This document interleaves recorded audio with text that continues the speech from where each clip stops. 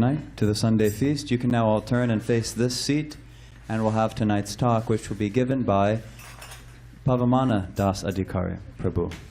Pavamana Prabhu was initiated by Srila Prabhupada in 1972.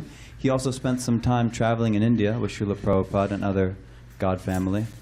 And he's been in San Diego now for decades. He helps make decisions with the temple and the temple board. And he also gives classes in the morning sometimes, Srimad Bhagavatam class, and sometimes in the evenings like now for Sunday feast. So thank you, Pavamana Prabhu. Hare Krishna. He's also, by trade, he tunes pianos and other instruments, and also harmoniums. And sometimes he has harmoniums for sale, and so on. So he's our harmonium guy also, if you have a harmonium question. Hare Krishna.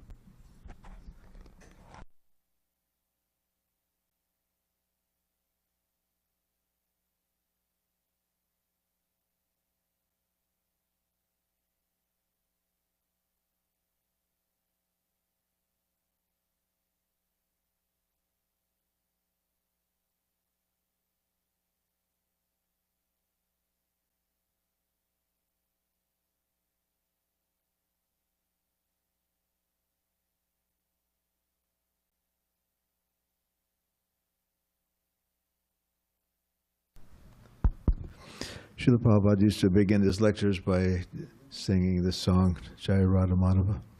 So I don't know if anybody has any kartals or a drum. Kartals. Hare Krishna.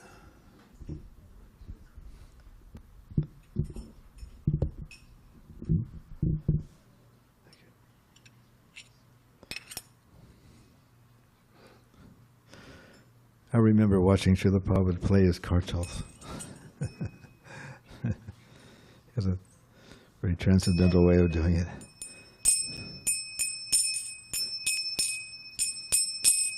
Jaya Radha Madhava Kunja Bihari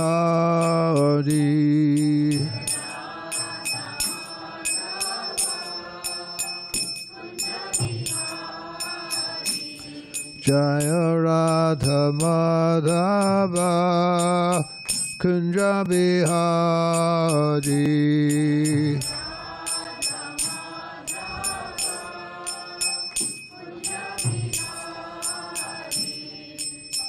Gopi Janavallabha Giri Vanadhari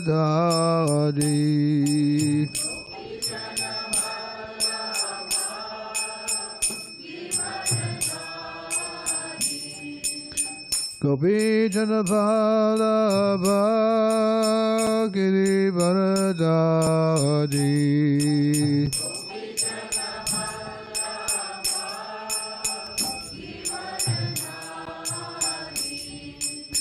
Yasodanandana Brajajanaranjana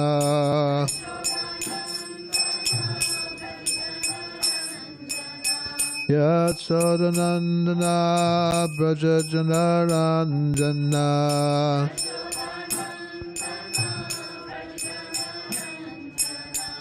Jamunatira Vanachari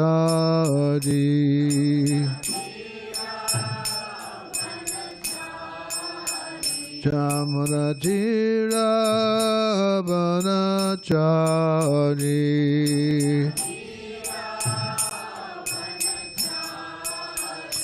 Jaya Radha Madhava Kunja Bihari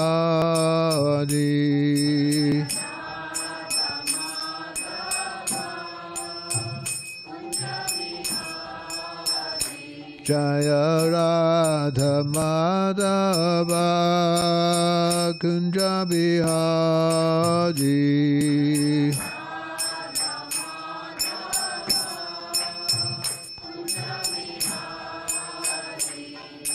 Gopi Janavallabha Giri Vanadhari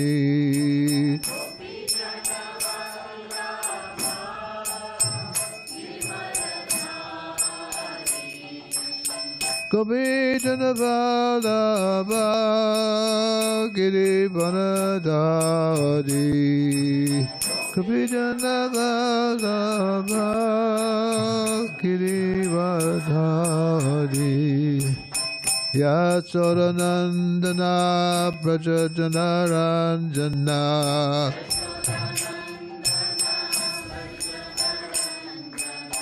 Yasodanandana Prajajana Ranjana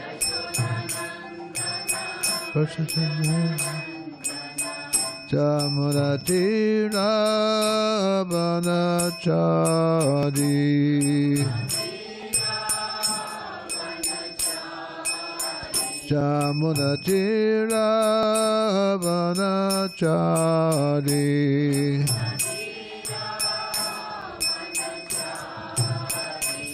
Jaya Radha Madhava Kunja Bihari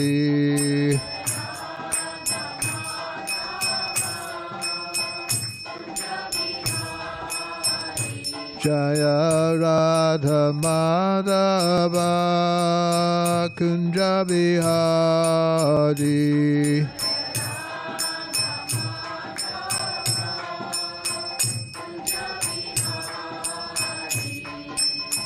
Hare Krishna, Hare Krishna, Krishna Krishna, Hare Hare, Hare Rama, Hare Rama, Rama Rama, Hare Hare.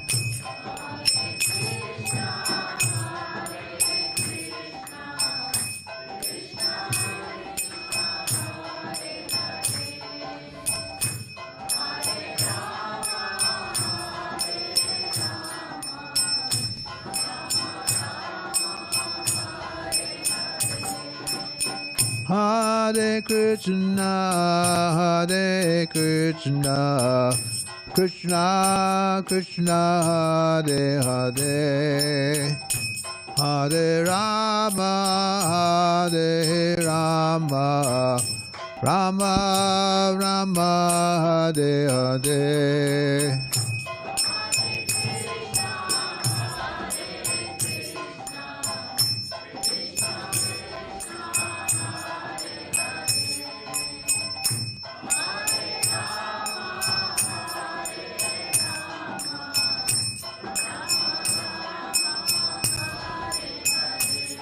Jaya Radha Madhava Kunja Bihari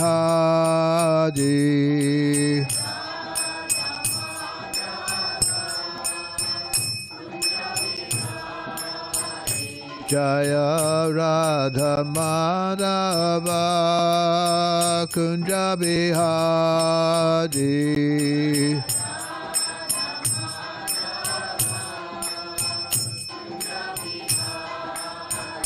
Jaya Radha Madhava Kunja Bihari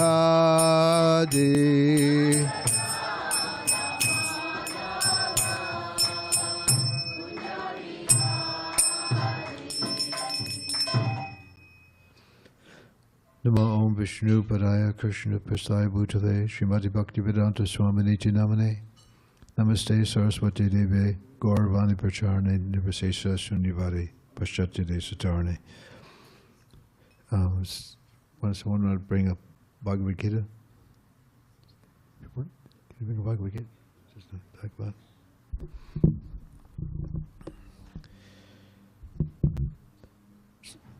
So I wanted to talk a little bit about identity, our real identity. So, reading from Bhagavad Gita. Om Namo Bhagavate Vasudevaya. Namo Bhagavate Vasudevaya.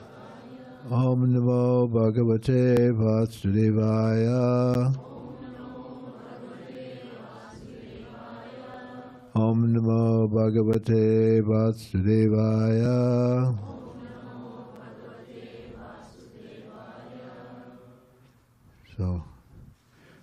reading from Bhagavad Gita. I'm trying to remember the verse I was thinking about.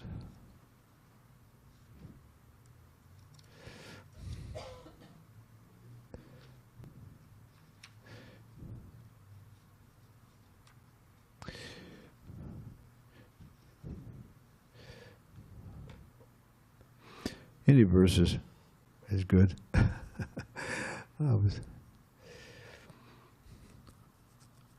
We'll just chant this one. Chapter 9, text 14. Satatam kirtayanto mam, satatam kirtayanto mam, itanchascha dridavata, tatascha dridavata, namasyantascha mam bhaktya, namasyantascha mam bhaktya, nitya yukta upasate. Translation: always chanting my glories, endeavoring with great determination, bowing down before me, these great souls perpetually worship me with devotion. Purport by Srila Prabhupada. The Mahātmā cannot be manufactured by rubber stamping an ordinary man. His symptoms are described here. A Mahātmā is always engaged in chanting the glories of the Supreme Lord Kṛṣṇa, the Personality of Godhead. He has no other business. He is always engaged in the glorification of the Lord. In other words, he is not an impersonalist. When the question of glorification is there, one has to glorify the Supreme Lord, praising his holy name, his eternal form, his transcendental qualities, and his uncommon pastimes. One has to glorify all these things. Therefore, a Mahātmā is attached to the Supreme Personality of Godhead.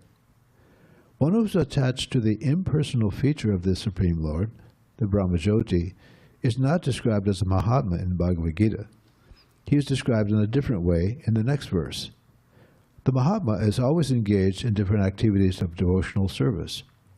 As described in the Srimad Bhagavatam, hearing and chanting about Vishnu, not a demigod or human being. That is devotion. Shravanam Kirtanam Vishnu, and Smaranam, remembering him. Such a Mahātmā has firm determination to achieve at the ultimate end the association of the Supreme Lord in any one of the 5 transcendental rasas. To achieve that success, he engages all activities, mental, bodily, vocal, everything, in the service of the Supreme Lord Sri Krishna. That is called full Krishna consciousness. In devotional service, there are certain activities which are called determined, such as fasting on certain days, like the 11th day of the moon, Ekadasi, and on the appearance day of the Lord. All these rules and regulations are offered by the great acharyas for those who are actually interested in getting admission into the association of the Supreme Personality of Godhead in the transcendental world. The Mahātmās, great souls, strictly observe all these rules and regulations, and therefore they are sure to achieve the desired result. As described in the 2nd verse of this chapter, not only is this devotional service easy, but it can be performed in a happy mood. One does not need to undergo any severe penance and austerity. He can live his life in devotional service, guided by an expert spiritual master, and in any position, either as a householder, or a sannyasi, or a brahmachari, in any position and anywhere in the world, he can perform this devotional service to the Supreme Personality of Godhead, and thus become actually Mahātmā, a great soul. So,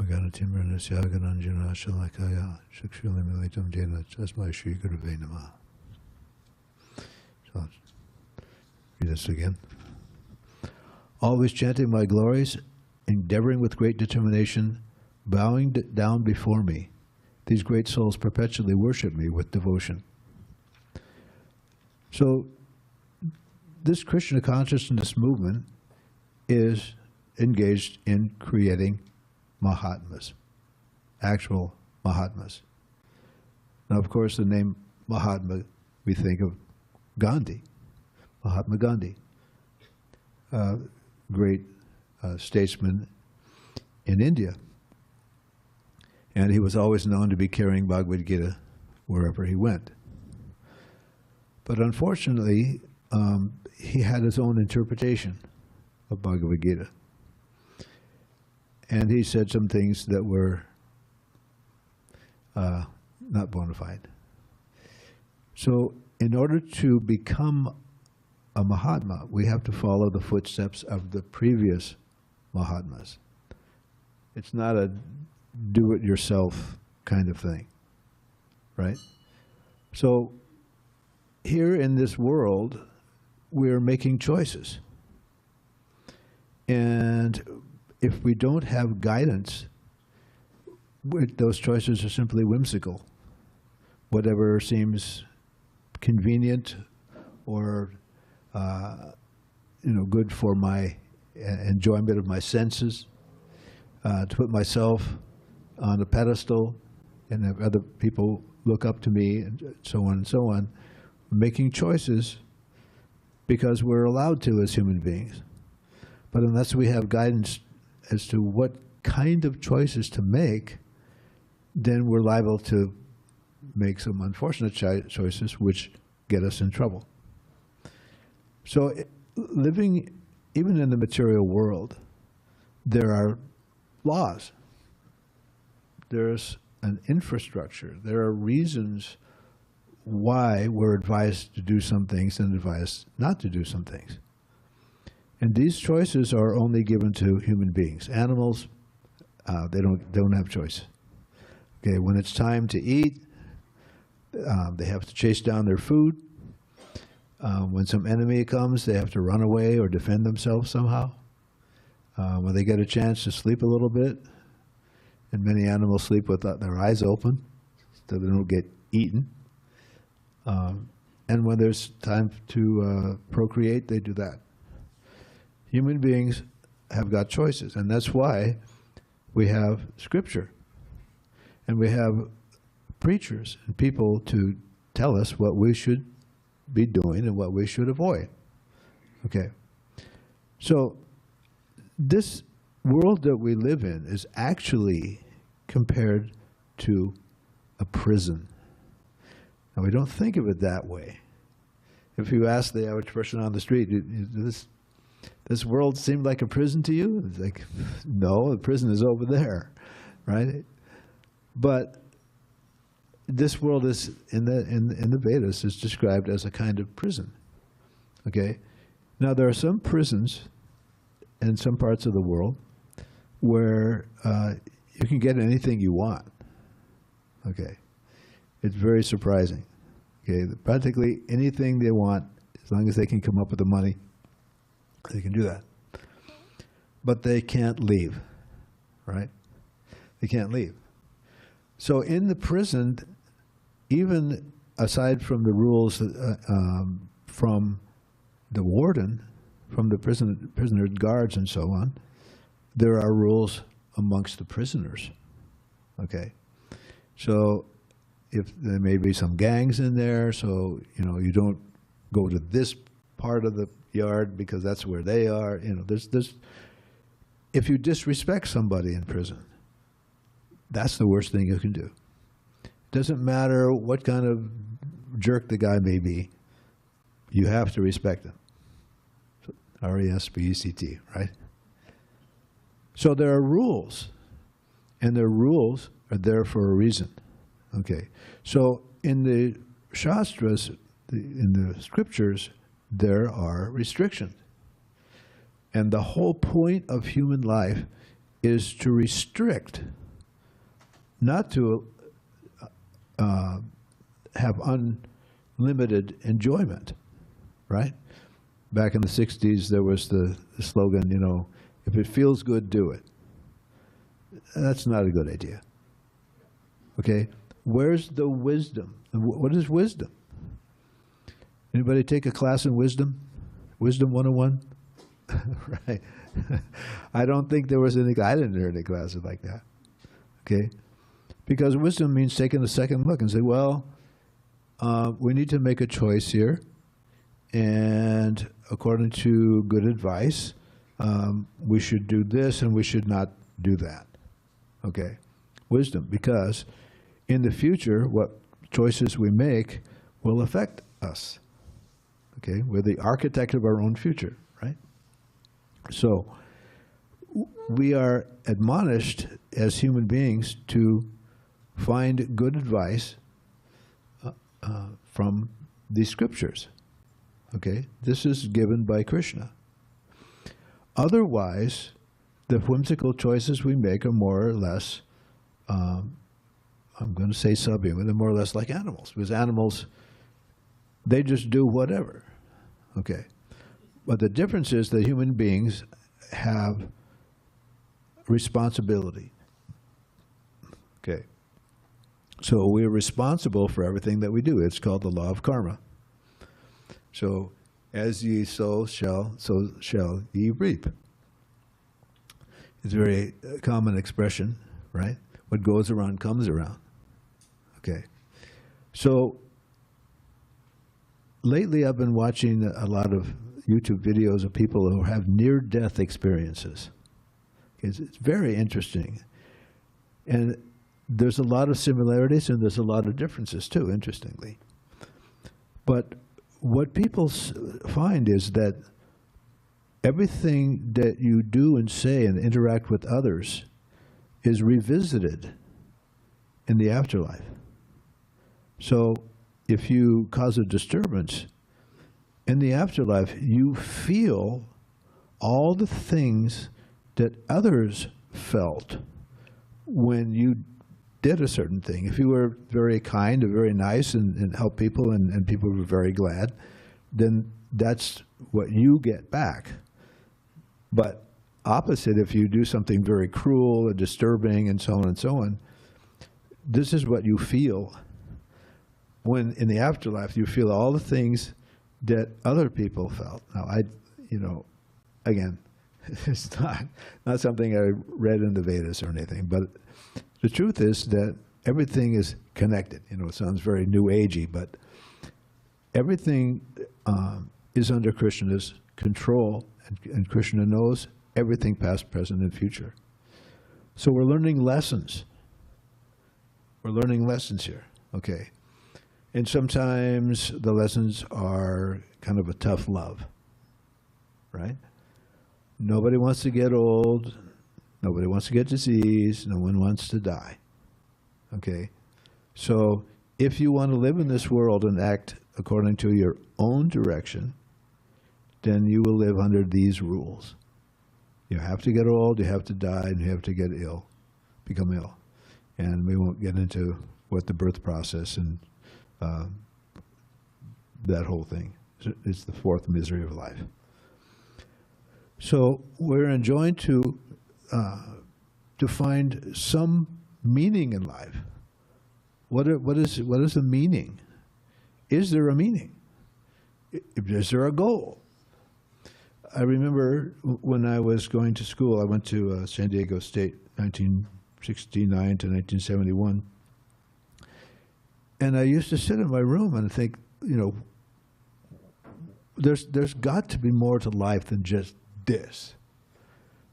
Reality has got to be thicker than what we experience, right? You know that in the light that we see is only a very small sliver of this spectrum of energy that we call electromagnetic spectrum, right? So there's a little sliver, okay, and some animals, they see other slivers. They see things that human beings would think were like hallucinogenic. A snake can see by heat, which is another energy. Okay, so there's got to be something more, right? There's got to be something out there. There's got to be an infrastructure, right?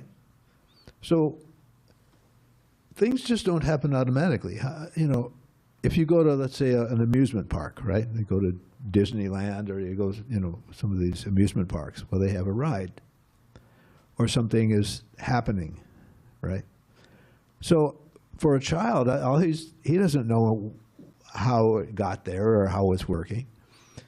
But someone who understands the engineering arrangement behind it knows that somewhere there's a room or a hallway or somewhere there's some switches and valves and things that make the whole ride work, right? So there's, in nature, we think everything just happens automatically. Rain comes, or it doesn't, and it seems whimsical, and, you know, where's the control? We don't see it, right? Even in our own bodies. We don't know how the food is getting digested. We didn't go to school for that, right? And it just happens, right? It's just automatic. But even if something's automatic, somebody had to set it up, right? Automatic means somebody programmed it, right? You have a computer and you press a button and it does all these wonderful things, you know, and gives you an answer. Did that just happen? Just evolve? No, somebody made it happen. So if you look at it in nature, you see all these things happening. There is a controller, and there are people behind it all. Okay? And ultimately, there is a supreme controller, whom we shall call God or Krishna, who set the whole thing up. Okay. So then you have to wonder, well, what are we doing here? How did we get here?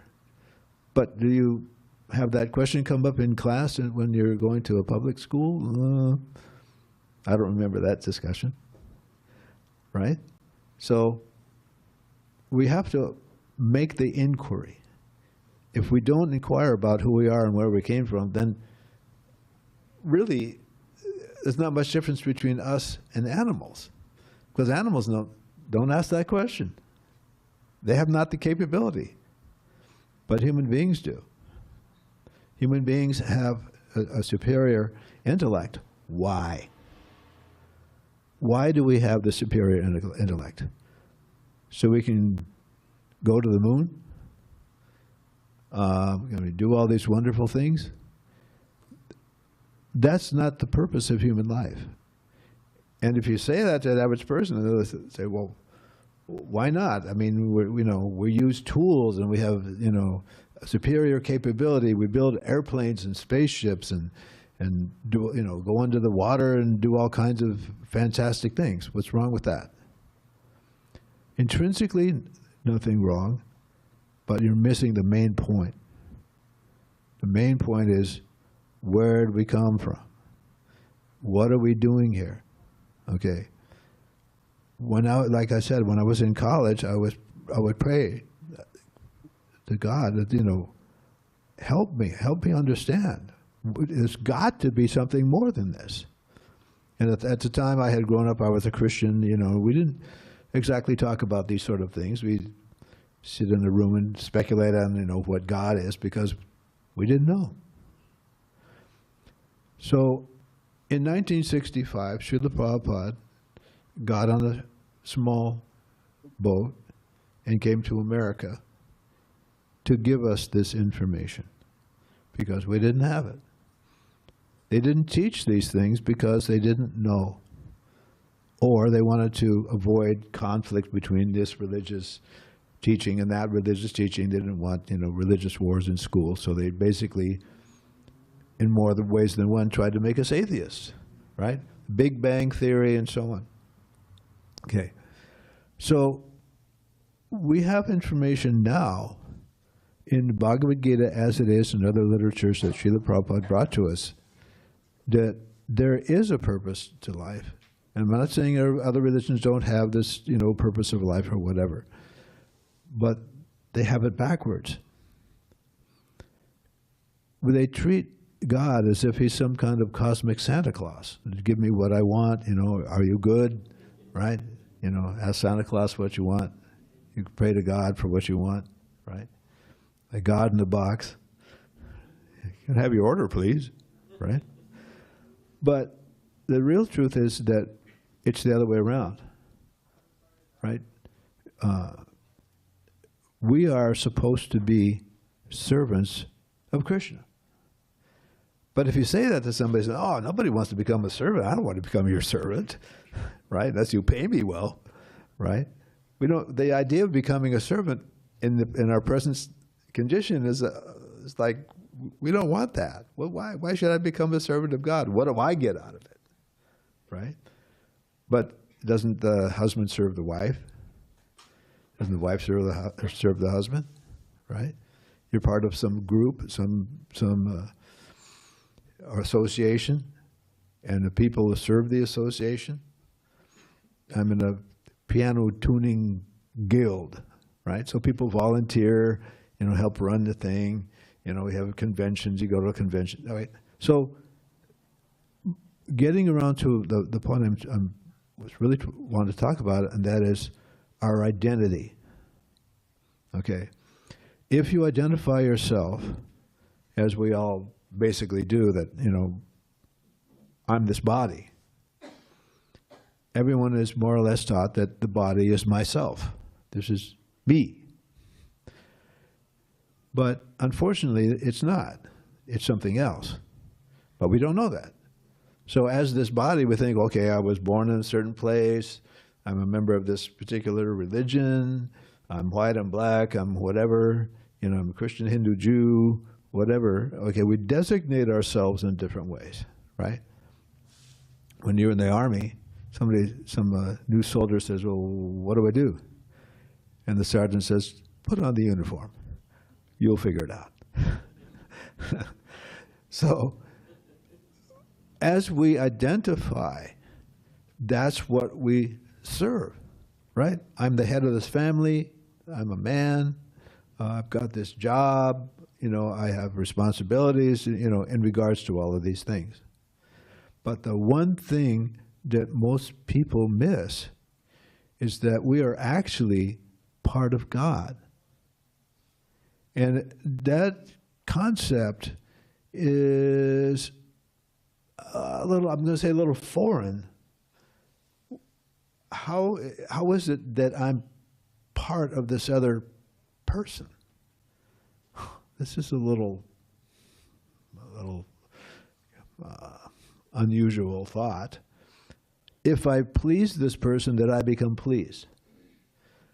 But even in a mundane sense, if you please your husband, you please your wife, you please your friend, you're putting yourself out for somebody, and you see that they're happy, then you become happy, right?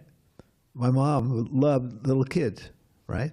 So if she did something, set up a party, or went to the beach, or whatever, she was very glad to see that others were enjoying, right? But the problem with this, although the sentiment is there, we don't get full reciprocation. We just, no matter how much you try to love somebody, the reciprocation isn't perfect. Okay?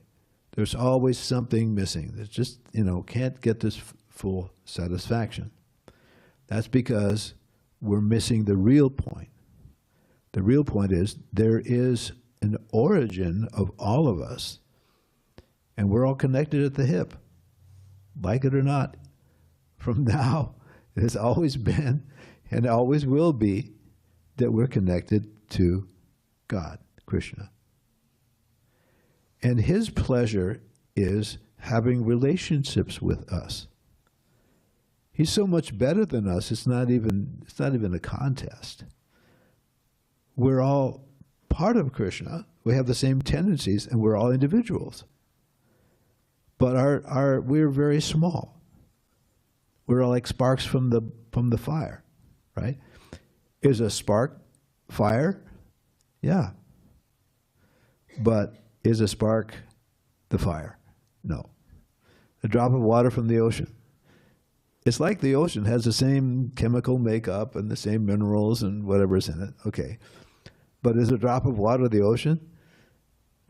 In some circles, they want that, right? And the Mayavadi philosophy is that we'll someday merge and again become one with God, right? This is a very popular philosophy. There's a place up the coast where they do this kind of meditation. That they sing the song, "I'm a bubble, make me the sea." That's the actual song they sing. Okay. But we should understand who we are and what we are so that we can identify Once we identify as ourselves as part of Krishna, then naturally what are we going to do? We're going to serve Krishna. And at the present moment, because we're conditioned, we've forgotten all this. We've forgotten it. And our minds are filled with all kinds of ways to find happiness and satisfaction because that's the natural state. That's what we want. Right? Nobody wants to be unhappy. We all want to find pleasure. That's the point of life. Right? But if you're not finding pleasure, they're going to do all kinds of things to, out of desperation to find satisfaction. Right? You find some way, you find some perhaps it's a direct sense enjoyment. Maybe you find maybe you'll go out and buy a boat, sailboat, and sail around. Oh, that's a lot of fun, or whatever. Okay, and maybe you think I'll do something that's more altruistic. Maybe I'll join an ecological group. Go out and protest against oil drilling and campaign against global warming, or whatever it may be. It may be something extended. Maybe it's not for me personally. Maybe it's for some group. But again, you can't avoid it. It's what you identify with. Okay, I'm part of so and such, right? So unless we identify with Krishna, we'll do all these things and never find the satisfaction that we desire. Because the pleasure that we're seeking, okay, is with Krishna. And we have to relearn. We've forgotten, right? We have amnesia, mass amnesia. And we're playing different roles, right? It's like a colossal masquerade game, right? Who is that behind those foster grants, right? Remember that ad from the years ago, I think 60s or 70s? Very clever. Okay, they want to advertise these special sunglasses, right? These foster grant sunglasses, right? Not just anyone, So who is that behind those foster grants, right? So you want to identify. Okay, well, he's a movie star, or he's whatever it is. So by designating ourselves in different ways, we don't find a satisfaction because we're missing the real point. We don't realize that serving God, terrible, is the only way to find satisfaction, right? There's a deer called the musk deer. The musk deer has a gland that produces a very nice fragrance. So during a certain season, I'm not sure what the purpose is, probably to attract a mate or whatever, okay? But he smells it, and he's like, where is it coming from? So he's searching around, jumping around, traveling on the forest, trying to figure out where this fragrance is coming from. But it's coming from his own body, but he doesn't realize it. So we're like that. We're running around doing this and that and the other thing to find the satisfaction that we want. We want to find satisfaction, and at last I heard Mick Jagger's still looking for it, right? We crave it, right? So we'll do anything to find it, but we're looking in the wrong place, okay? And so this is what Bhagavad Gita spoken by Krishna to Arjuna, to enlighten us. Because otherwise, by our own means, we cannot know. Okay? What we're doing in this world is we are under the control of a kind of a nanny, right? When your parents aren't home, right, you have a nanny.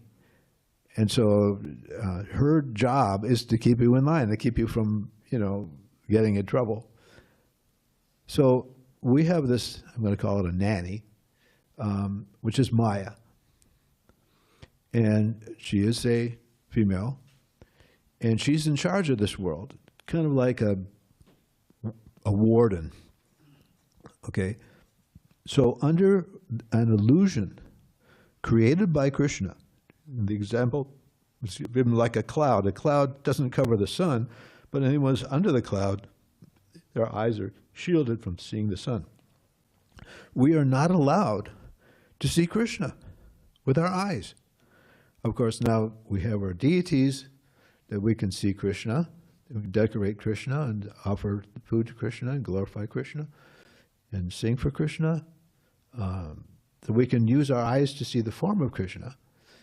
But it's just like if you want to know like the President of the United States, if you really want to know him, okay, first of all, you have to know who he is and what his position is. So in order to understand who Krishna is, we have to undergo a process, okay, a training process to re-educate ourselves, okay, because the whole purpose of this is to reestablish a relationship. So it's very personal, okay? Each one of us has to decide that, okay, let me try this. Let me give it a shot. I mean, I could chant Hare Krishna. Done everything else, right? We've been here for a long time. We've had many, many births that we don't remember. But okay, I've chanted Nam-myoho Renge Kyo and I've done all the other things. You know, let me just try chanting Hare Krishna. And if you make that determination, and give it a little bit of faith, and just be preliminary. Let's just try this. If you chant for 5 minutes a day, that's what they told me when I first ran into it. They said, if you chant 5 minutes a day, you'll see at the end of a week, you'll see a change in your consciousness. And, you know, innocently I tried, and he was right. So everyone has to make their own determination. You know, nobody can force, and that's the whole reason we're here in this world. Where it's like a sandbox, where you play in the sandbox, right? So we're trying to play like Krishna. And so when it comes to returning to Krishna, it's like telling a person in prison that, you know, there's a world outside the walls of this prison, and it's a lot nicer than it is in here. Okay, but there's one thing that you have to do. You have to give up your criminal mentality. Oh no, I can't do that. Right? I don't want to. You know, I'm a criminal. Right? So we have this rebelliousness within us that we have to clear. A rebelliousness against serving Krishna. And the reason we came here is because we gave up that relationship, and now we're here forgetting who we are, finding every possible way to look for happiness where there isn't any. Okay? So after you have a bad experience, maybe you run away from home or whatever, but then when someone identifies you and says, you know what, you've forgotten, did you know your dad is, you know, one of the Rockefeller family? Did you know that? Really? Yeah. You know, what should, you know, go home, you'll enjoy. But we're rebellious. So the whole point of Krishna consciousness is to again identify ourselves with Krishna and relearn how to please Krishna by engaging in service. What we call devotional service. In the beginning, we may have some idea of what we would like to do for Krishna. That's fine. Maybe there's something that needs to be done that I'm maybe not very good at, but it needs to be done. So do it for Krishna. Okay? Maybe someday you'll find something that's absolutely perfect for you. It's just, you know, you love doing this thing, but you can do it for Krishna. And so a pure devotee doesn't mind anything. Srila Prabhupada came to America, and he was prepared to do anything to spread Krishna consciousness. Okay. Does anyone like to go from a nice place in Vrindavan, nice, peaceful, beautiful place where there's all these temples of Krishna, and everything's very peaceful, to come to New York, the city that never sleeps, and live in the Bowery, right? And preach to people who are not inclined whatsoever to do things that you know they need to do in order to advance. In other words, you're going to tell somebody, all right, stop your your drugs and stop your sex and, stop eating meat, no gambling. And Prabhupada said, I was afraid if I started preaching like this, they'd tell me to go home. Okay? But Srila Prabhupada did whatever he had to do and went out of his way and literally risked his life to come here. Okay? So the pure devotee, whatever Krishna wants, let's bring it back Bhagavad Gita. Okay? Arjuna, if you know what the history of this Bhagavad Gita, this book is a conversation between Krishna, Lord Kṛṣṇa, and his friend Arjuna. So Arjuna was fighting the war thinking it's for me. And the purpose of the war was to regain the kingdom which had been unlawfully usurped. It was a fratricidal war, a world war. Okay. So he was thinking that I'm fighting this, but Krishna told Arjuna that there's another plan. There's another plan. If you surrender to me and fight this war, because you're a warrior anyway, you're going to fight anyway. But there's a higher purpose, because there are all these demons, just like nowadays, all these demons around the world creating conflicts and wars, okay, for demonic, godless purposes. And so Krishna told Arjuna, okay, now I want you to fight, and you will have to kill some of your family members, your grandfather, your guru, teacher, martial arts teacher, cousins, they didn't want to do it. But Arjuna was a pure devotee, and he surrendered to Krishna, and he had to do that. Okay, so sometimes for a pure devotee, he doesn't mind doing something if it's for Krishna, whatever it is. In our conditioned state, we have limits, and I'll do this much. We can only surrender this much. But as long as you're making progress, if you know what the goal is, if you're on the football field, and that you need to get to that end of the field, where if you cross the goal line, then you get points. So at least we have to put our face in the right direction, and that's Krishna. Okay. So there are some fortunate souls who live in this temple and around the area. They're wearing this devotional clothes, right?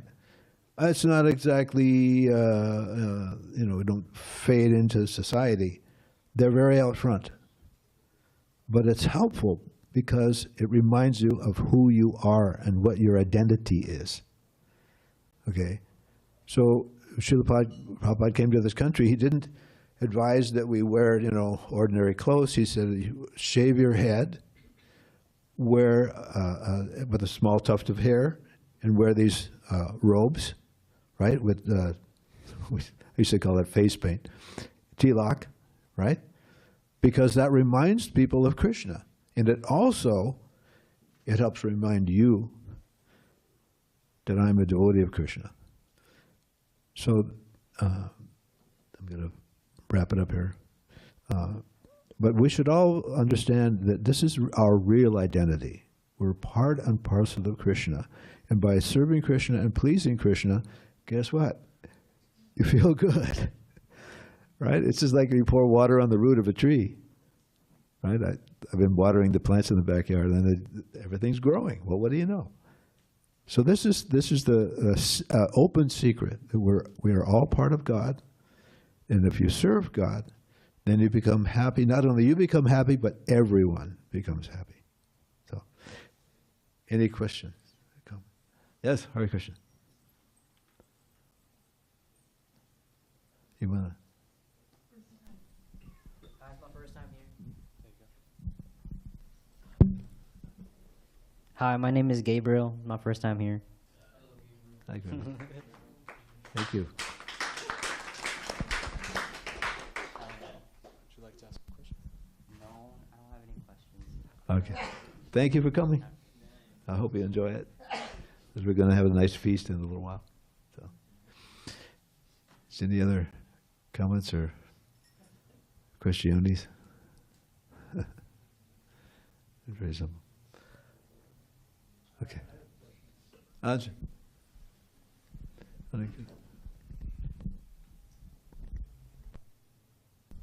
Hare Krishna. I just want to know what happens after you die. It's I know this question's been very wrestled and intrigued and examined, but what is this? How does it compare with what it says in the Srimad Bhagavatam with the actual chapter 12 of the Bhagavad Gita? That, when someone dies, it's based on their karmic activity. But I recently lost my mother, and I lament on her death, and I pray to her, and I feel sometimes, is she listening to my prayers in the wind? Or where is she? Is she with her parents? Is she in a different world now? Our parents, we're eternal beings. That death is simply we leave our body. And where you go after that depends on what your consciousness is when you pass away. Okay. If someone is attached to a certain thing, like you just can't get enough surfing, right, or scuba diving or whatever. Okay, and you die, and you think of that, and you think, wow, I can't get enough of it. Well, it's possible you could be born as an aquatic, maybe a dolphin or a fish. What you think of at the time of death will determine where you go. Human life is examined at the end. So where you end up, it depends on what you've done during your life. Okay. But you don't stop existing. And as I was saying, I watch these videos of people recounting what their near-death experience. And they describe it just, they pop out of their body. And they look down and go, like maybe you're under surgery, and you watch the surgery. Or they pass away and they go see Jesus. Or sometimes they're taken to hell. And then somehow they call on God, and their Jesus comes and saves them, and then they come back to their body and then live to tell about it. So your mother isn't gone. My mother also passed away. She's not gone. And I remember before she was cremated, my mother's body was in a box, and they put garlands on, and we had a little ceremony, whatever. But I could feel my mother's presence, and I know what she would say. She would say, "Oh my goodness, for heaven's sake," she would say, So it's said sometimes that when there's a wake or a ceremony, appreciation, like a memorial, something like that, that they actually come. They're actually there. And there are people that, after they pass away, they meet their mother or their family or their grandmother that passed away or whatever. So there's a connection there. There's a connection there. I mean, she put her blood, sweat, and tears into you. Okay? So we all have obligations to parents, and there's a connection there. So she's not gone. She's maybe, depending on the time and circumstances. But, I can't say definitively, Is her spirit still on earth, though? Because since we're living entities, we can remember her in our hearts, and we can pray for her and remember her memory. Mm-hmm. When I pray and I feel like a cool wind sensation on myself sometimes, or I say, God gave me a sign, and all of a sudden the bells are ringing. Yeah. Is she like in the wind, like a ghost in the wind? You don't see it in a metaphysical world, but the spiritual. There are inconceivable things that are going on. you know, in the world. I mean, you know, I dream sometimes my mother, you know, mother in my dream. But, you know, the situation after death, it kind of depends exactly on what state of mind you're in. You know, and people do become ghosts if you die intoxicated or you're doing something very sinful. You can become a ghost, which is unfortunate. But these people are still there, and that's why in all the scriptures they have, you know, a ceremony for the ancestors, right?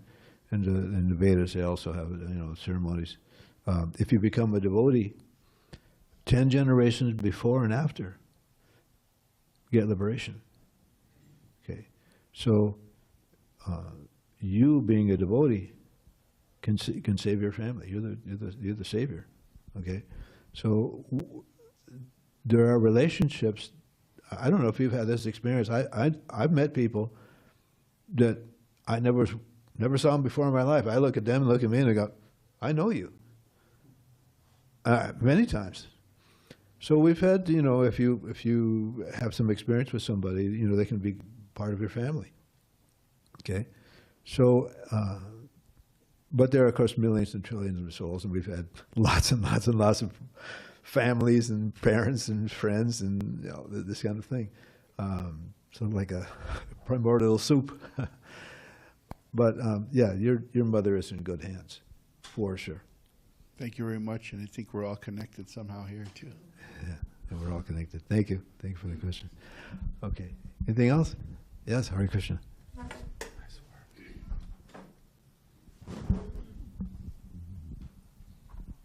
Thank you, Prabhuji, for the very enlightening lecture. Hare Krishna.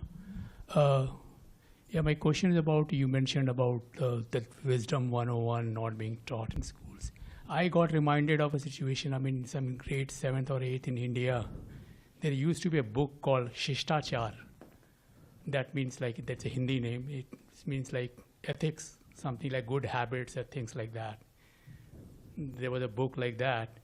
And they used to, I mean, the book entails or contains like how one should be a good person and things like that, but in a very secular way. No, like, because some scripture says like that, you should do like that, not that way. Mm-hmm. So my question is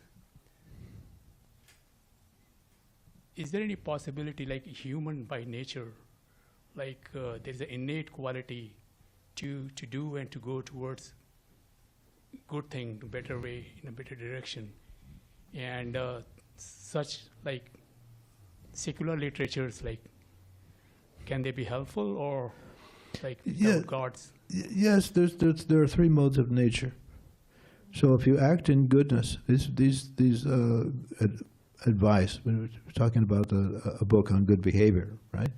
So if you act in good behavior, assuming that it's in accord with Scripture, okay, then you're acting in the mode of goodness. That will result in good circumstances for you in the future. It's very good.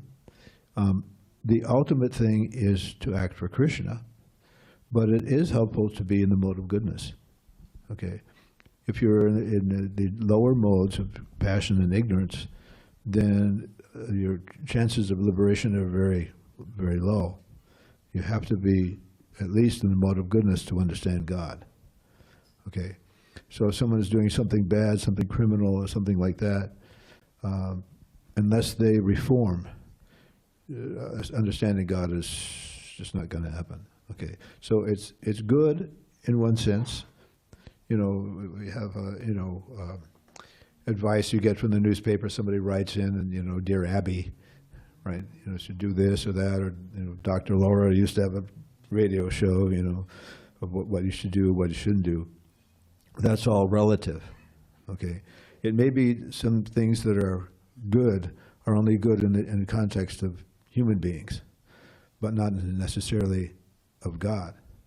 Okay, so Arjuna's discussion with Krishna was, I don't want to do this because if all my these warriors are killed, their wives won't have anyone to protect them, and they'll, he came up with all these excuses, which were good, right? But Krishna rejected that. Okay, so something that on the ordinary sense may be good, but in actual Krishna consciousness is only good to a point. Okay, otherwise, in one part in the war, you've read Bhagavad Gita, you understand. Okay, so Arjuna's older brother, it's a long history of this, his name was Karna. And during wartime, if you're a warrior, you have rules. You can't shoot somebody in the back. You're a coward. How dare you, right? If someone they drop their weapon, you got to drop your weapon, hand to hand. So Karna, at one point in the fight, his chariot got stuck in the mud. So he put down his weapons and he got down and was digging his chariot out of the mud. And Krishna told Arjuna, kill him. What? He's without, he doesn't have his weapons. Krishna said, kill him. And he did that. So according to Vedic society, that was wrong. But considering what Karna had done before and all the wrongs that he had done, that's why. Okay? So real good is only from Krishna. Okay? And if you do something that's supposedly wrong, but you're doing it for Krishna, not by your own idea. Like, I got a dream and Krishna told me to whack your head off, right? No. You get information from spiritual authorities, and that in Arjuna's case it was Krishna. So if you follow that, okay, then you're really moral. Even though from a mundane point of view, it may be wrong. Because, okay, it's sort of like being in the army. If you do what the commander says, you'll get a medal, right? So if you do something that ordinarily in wartime, sometimes you do things that are abominable. But if the commander told you to do it and you do it, then you're not ultimately responsible. That's the whole point. So yeah, there are some, you might get some, it's Tony Robbins or any of these, prosperity gurus or TED Talks or whatever about doing good, but that's mundane. If it doesn't have to do with Krishna consciousness, ultimately it's in the modes of nature. So sometimes like doing which is apparently wrong, but actually may not be, like the example which you gave of Krishna and Arjuna, like kill him when he was digging it out. So how do I know that is something which seems objectively like on a plain platform looks wrong, but still I can do that because Krishna, I don't see Krishna telling me directly. Right. Therefore, when there's an important decision, then we should consult others, especially spiritual authorities. Okay, just like I said, you can't make something up. But sometimes things come up on the spur of the moment, and so we pray to Krishna to make the right decision. Lord knows, you could ask my wife some of the boneheaded things that I've done, So again, finding the right authority, finding the right person to get advice from. Is it a mentor, a spiritual mentor, a spiritual master? That's why we have a guru. Okay, anyone can read this Bhagavad Gita. The truth is, because Srila Prabhupada wrote purports in here, okay, if you're reading Prabhupada's books, you will automatically have a guru. He's right there. He's telling you. Okay, but there are other Bhagavad Gitas out there, the same translation, but they don't have the proper explanation. So we're really. You need someone. The Christians have Jesus. He's their guru. Okay? So we all need a guru. We need somebody to tell us what's the right thing. Okay? Arjuna was surrendered to Krishna. He said, Krishna, I don't want to do it because this and that and this and that and this, but, I get it, I'm confused. Okay, I surrender to you now. Then Krishna became his guru. They were friends before. But then, okay, now I surrender to you. Okay, that's the beginning of spiritual life. Okay, so again, when you're a devotee, if you make some mistake or something like that, or maybe you used to smoke and, you're with your old friends and maybe, you have some bad association, you can be forgiven for that. Okay, so sometimes we make decisions and find ourselves, maybe invest some money in some nefarious investment, and it goes bad. I have a pen pal in India who unfortunately got involved in something like that, and the person he was investing with was a devotee, and it all went bad. So things happen, okay?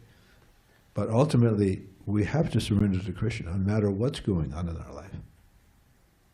That's the main thing. So, Thank you very much. That answers the question. Krishna. I think it's time to end, a little late. Thank you very much.